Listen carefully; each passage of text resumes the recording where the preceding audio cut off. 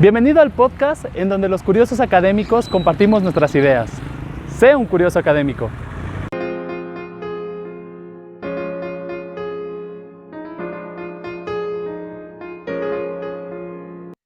Para empezar, vamos a platicar acerca de una molécula que todos los organismos tenemos, el ADN. Este ADN es nuestro manual de instrucciones, el que nos dice qué somos y cómo funcionamos, pero ¿realmente nos dicta todo o hay más factores que entran en juego? En nuestro ADN, contiene... Ay, esperen, se me olvidó decir algo de aquí.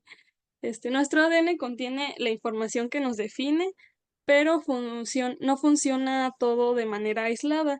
Existen mecanismos como lo son la epigenética, que es el siguiente concepto que les quería platicar, que regula la actividad de nuestros genes sin alterar la secuencia del ADN. Entonces, nuestro ADN se queda intacto, pero por ciertas moléculas químicas hace que cierta parte del ADN se exprese o no se exprese. Imaginemos que nuestro ADN es como un libro de recetas y la epigenética decide qué recetas se usan y cuáles se dejan sin abrir, ni siquiera las puedes leer. Y también otro factor muy importante es el ambiente. Este juega un papel clave en nuestro desarrollo, en nuestro proceso. Estos mecanismos pueden verse afectados, la epigenética y el ADN en general puede verse afectado por factores ambientales como el clima, que son la temperatura o la precipitación, pero también por factores como la contaminación o incluso cuestiones sociales como lo fue la pandemia. Además de esto, también está parte del ambiente también incluye otras cosas que son más cuestiones, eh, digamos, aspectos sociales y culturales. Nuestra alimentación, donde vivimos, nuestras costumbres, hasta la exposición al estrés pueden modificar cómo se expresan nuestros genes o la epigenética de nuestros genes. Todos estos factores, al interactuar con la genética, pueden generar cambios en la diversidad genética y también a lo largo del tiempo en una población, en la evolución, por ejemplo, de alguna característica. Otro factor que también puede influir, que tiene que ver con el ambiente, es la fragmentación de estos ambientes, la fragmentación del hábitat. Imagina que, pues, no sé, hay una selva, ¿no? Y en esa selva, pues, interactúan varios animales y probablemente puedan reproducirse y aumentar su población o su variabilidad, porque pues no hay una barrera, ¿no? Pero cuando entra una carretera o hay una gran montaña, pues a lo mejor una especie de un tigre no va a poder reproducirse con este otro tigre porque está esta carretera y pues no los va a dejar pasar. O pues de alguna manera pues va a hacer que sea más difícil que puedan interactuar entre ellos. Y pues también otra cuestión que puede pasar es que hay una reducción en la diversidad genética y se produzca un término que se llama endogamia, que es cuando se reduce la variabilidad genética porque se reproducen entre parientes cercanos. O también puede pasar que por esta misma fragmentación aumente la diversidad porque digamos que 2 especies que a lo mejor no estaban juntas, esta barrera hizo que estuvieran juntas, ¿no? Y que empezaran a tener este contacto más frecuentemente. Otro factor que también tiene que ver con la alteración del ambiente es la migración. Esta puede aumentar la variabilidad genética al tener una mayor distribución, digamos, y uno de los factores más importantes o que hacen que suceda la migración o que cambien los patrones de hibridación, digo, de migración, es el clima. El clima, como sabemos, pues no sé, aquí yo vivo en Jalapa y los que viven aquí en Jalapa sabrán que hace años todo el tiempo llovía o hacía frío y de pronto ahora todo el tiempo hace calor, ¿no? Y no tenemos agua. Entonces, estos cambios en la temperatura o en la precipitación hacen que también los patrones de migración cambien en muchas especies. Y pues que a lo mejor si de pronto, no sé, las mariposas monarcas solo estaban en Morelia, de pronto ya estén, no sé, en Guanajuato, ¿no? Es un ejemplo tal vez absurdo, pero pues digamos, eso ha estado pasando eh, a través de los años por estas cuestiones de cambios en el ambiente. Y esto pues cambia también la genética de estos organismos. Em, y pues cambia la interacción que tienen ciertos organismos. Puede que a lo mejor estas especies no interactuaban con otras y ahora ya interactúan con otros insectos o con otros, cazadores o incluso con otras mariposas, por ejemplo, en este ejemplo de Morelia, que son muy similares, ¿no? Y entonces a lo mejor esto hace que empiecen a reproducirse entre ellas y que su variabilidad aumente o disminuya en cuestión genética. Y bueno, en el clima, que les digo, es uno de los factores más importantes que afecta a la genética de los organismos. Uno de los ejemplos puede ser es que afecta a la fenologías tanto de las plantas como de los insectos. Esto se refiere como a su ciclo de vida en general del insecto y tanto de la planta. Por ejemplo, en la polinización afecta porque, no sé, por ejemplo, hay ciertas plantas que florecen en cierto momento, ¿no? Pues, digamos que en abril, pero ahora como todo se adelanta y cuando empieza el calorcito es en abril, pero ahora no se empieza ahorita en febrero, pero los animalitos ya están acostumbrados a ir en abril. Entonces, las plantas por el calor empiezan a florecer en febrero, pero los insectos llegan y polinizan hasta marzo, abril, y eso significa que probablemente no va a haber una polinización. Y pues puede afectar a cualquier tipo de planta que tenga este tipo de interacciones con insectos, pero también puede afectar, por ejemplo, a los cultivos y puede que por esto mismo no se dé algún fruto o alguna, por ejemplo, sí que no se dé algún fruto, alguna cuestión agrícola importante para nosotros y ya no pueda haber este, eh, este producto en las tiendas simplemente porque no se pusieron, digamos, de acuerdo en los tiempos en los que se realizaba antes. O puede que el fruto se haga más chiquito o que cambie su genética en general porque no están teniendo los mismos patrones de polinización. Otro ejemplo también es, el clima puede llegar a, afectar o, eh, cambiar la genética de los insectos en mariposas y en libélulas. Algo que sucede es que, pues, han desarrollado adaptaciones a la coloración según el clima.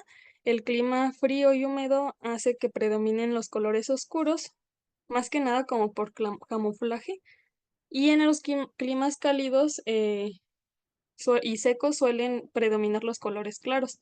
Esto pasa con muchos insectos, pero en estos 2 he estudiado muchísimo y, pues, es curioso cómo el clima puede afectar las características, pues, visuales, pero también puede pasar con cuestiones internas de cualquier organismo. Otro también ejemplo acerca de, pues, algo muy similar es de el zorro ártico, solo que es un caso como muy específico, ya que su color de pelaje cambia dependiendo de la temporada.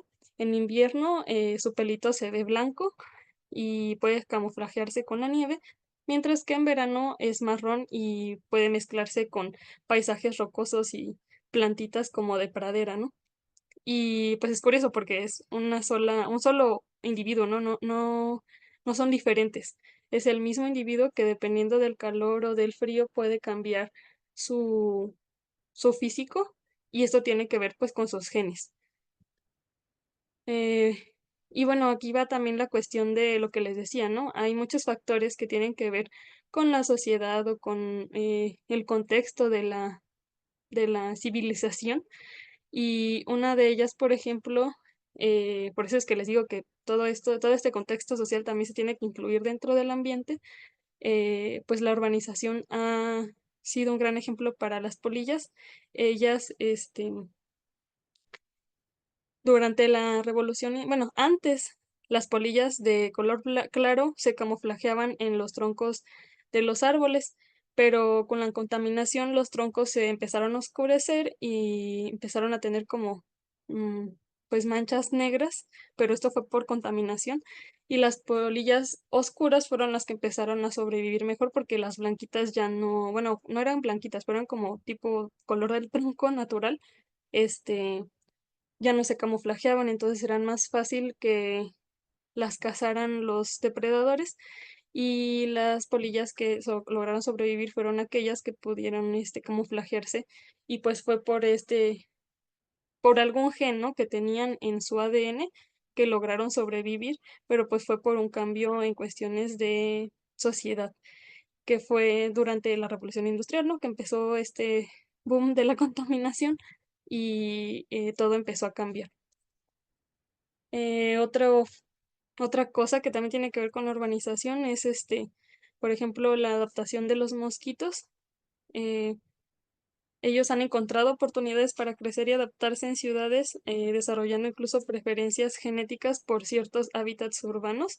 Esto sucede porque se le llama adaptación local a que no sé si el mosquito tiene cierto gen que lo ayuda a sobrevivir en lugares contaminados o en aguas contaminadas, solamente ahí va a sobrevivir, ¿no? Pero esto hace que pues pueda adaptarse, por ejemplo, a alguna ciudad, ¿no? Si por eso donde están, nos lo dicen a cada rato, ¿no? De que tenemos que estar cerrando tambos o no dejar como llantas llenas de agua, porque ellos ya están tan habituados a esto y tan adaptados a poder sobrevivir en esos ambientes que pues ya no importa, ¿no? Y pues esto puede ser un gran eh, peligro para nosotros y para muchos animales en cuanto a cuestiones de virus y demás que nos pueden transmitir. Y el otro punto que le decía, la cuestión de la sociedad, ¿no? Uno de los contextos más recientes que tienen que ver con esto de los genes y el ambiente es todo lo que pasó con la pandemia del COVID. Este mostró cómo la genética, el ambiente y la sociedad pueden influir en la capacidad de adaptación de un virus y la respuesta inmunológica de las poblaciones, ¿no? Esto de no usar, por ejemplo, cubrebocas, que pues es digamos, un factor del ambiente o del contexto que no tiene que ver como con el clima o con cuestiones biológicas, sino simplemente algo artificial que teníamos que poner en nuestra boca, que era una acción, podía hacer que la genética del virus cambiara tanto, porque el hecho de que muchos no lo usaran hizo que este virus, por la facilidad que tuvo de propagarse, mutara aún más rápido. En cambio, si se hubiera tenido las precauciones, pues correspondientes, probablemente este virus no hubiera podido mutar tan fácilmente, ¿no? Y pues les digo, son factores que son complejos porque tienen que ver más con cuestiones sociales y que no son tan fáciles de determinar como lo podría ser incluso el clima, ¿no? Que ya tenemos como maneras de saber qué va a pasar en unos 10 años o cositas así, ¿no? Pero esto es una acción que simplemente no era fácil de controlar y de saber iba a ser el impacto de lo que iba a pasar en nuestra genética y también en la genética de los virus, por una acción como usar un cubrebocas. Y pues aquí es donde entra la genética del paisaje, que yo sé que les dije que era el título de la charla, pero se lo estoy diciendo casi al final de la charla porque pues quería que entendieran un poquito el contexto, ¿no? Tenemos la genética y tenemos todos estos factores ambientales y sociales y demás que son importantes para la genética de los organismos. Y como vieron, pueden ser importantes tanto como para animales y plantas, pero también incluso para los humanos o pues cuestiones de salud como un virus, ¿no? Que no son tal cual organismos vivos, pero pues que a fin de cuentas pueden afectar a muchos organismos, no solo a los humanos. Y bueno, esta disciplina lo que hace es explorar cómo estos factores, les digo, tanto ambientales como biológicos, como todo lo social y el contexto de una civilización en general, puede afectar a nuestros rasgos genéticos y tanto a los humanos como a cualquier ser vivo, ¿no? Y pues lo que hace es contestar preguntas como la principal es cómo interactúan nuestros genes con el entorno, ¿no? Pero además puede contestar preguntas como cómo están conectadas genéticamente las poblaciones. Esto nos permite identificar qué tan resistentes pueden ser frente a enfermedades o cambios ambientales, porque a lo mejor, por ejemplo, en el ejemplo del COVID, supimos que salieron muchas variantes, ¿no? Puede que una población de virus sea más fácil de evitar que sea contagiosa y puede que la otra no tanto. Entonces podemos identificar estas diferencias en su genética para ver si es posible de alguna manera que los genes nos digan si una es menos contagiosa que la otra, ¿no?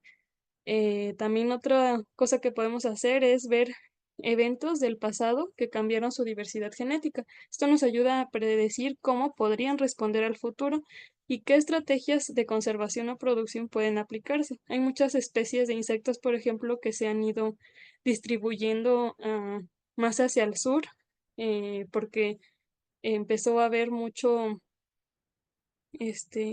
bueno, que empezaron a subir.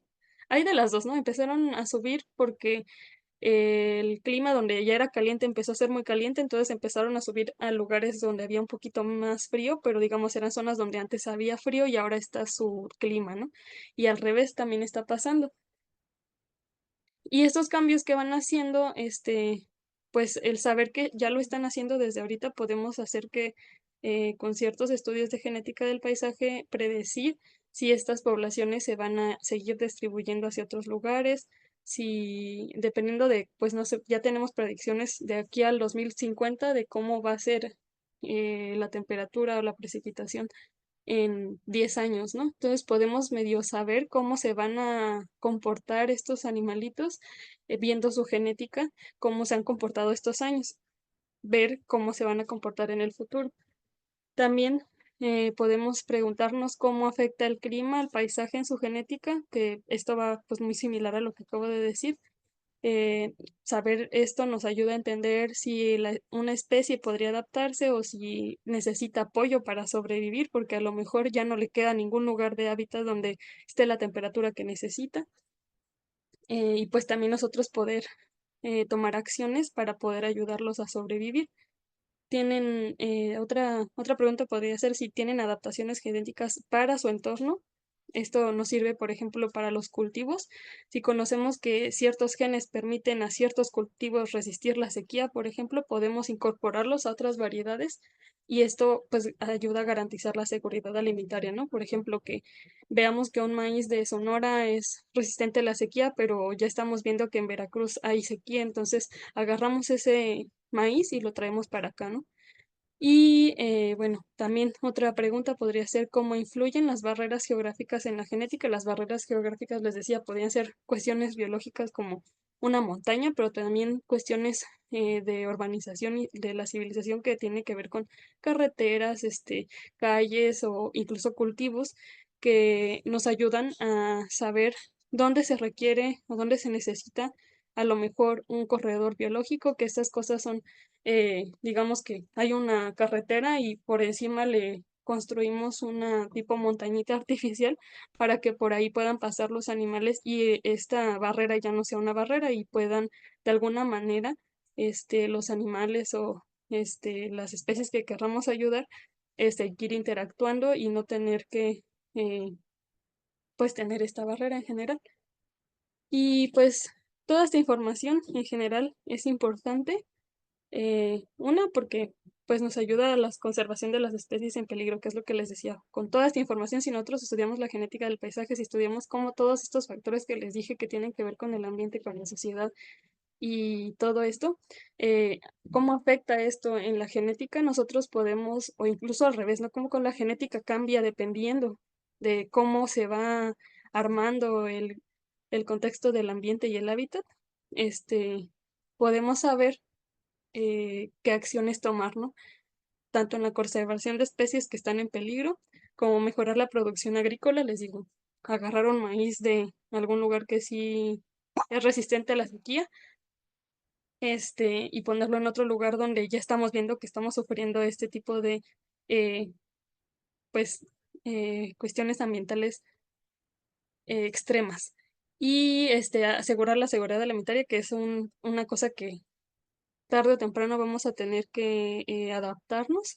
Y pues también en cuestiones de salud y adaptación a enfermedades, que es lo que les decía, el estudiar este tipo de cosas, pues nos ayuda a poder plantearnos qué otras estrategias se podrían tomar si volviera a suceder, por ejemplo, una pandemia, o qué estrategias podemos tomar como de ya está la pandemia, pero ahora a lo mejor podemos hacerlo de una manera diferente combatirlo con algún medicamento, y esto funciona tanto para humanos como para plantas, por ejemplo, como cultivos, o pues para animales que estén teniendo un proceso de plaga o demás, o de peligro de que se extinga de alguna manera, y pues nosotros poder ayudarlos de esa manera. Si entendemos cómo las poblaciones de todos esos organismos, incluso los microorganismos, les digo, han cambiado su genética, en respuesta del ambiente podemos tomar muchas más decisiones informadas, más informados, sobre su manejo y su aprovechamiento para los humanos. La genética del paisaje nos muestra cómo que la evolución no es una cosa del pasado, sino que sigue ocurriendo a nuestro alrededor y que además nos ayuda a prevenir el futuro, ¿no?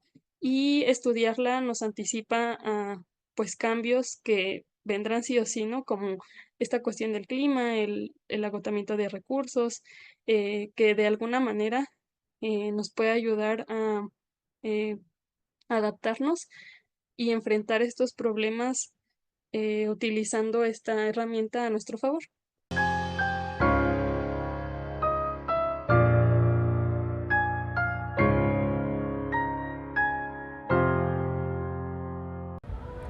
EduComplexus, tu guía de aprendizaje.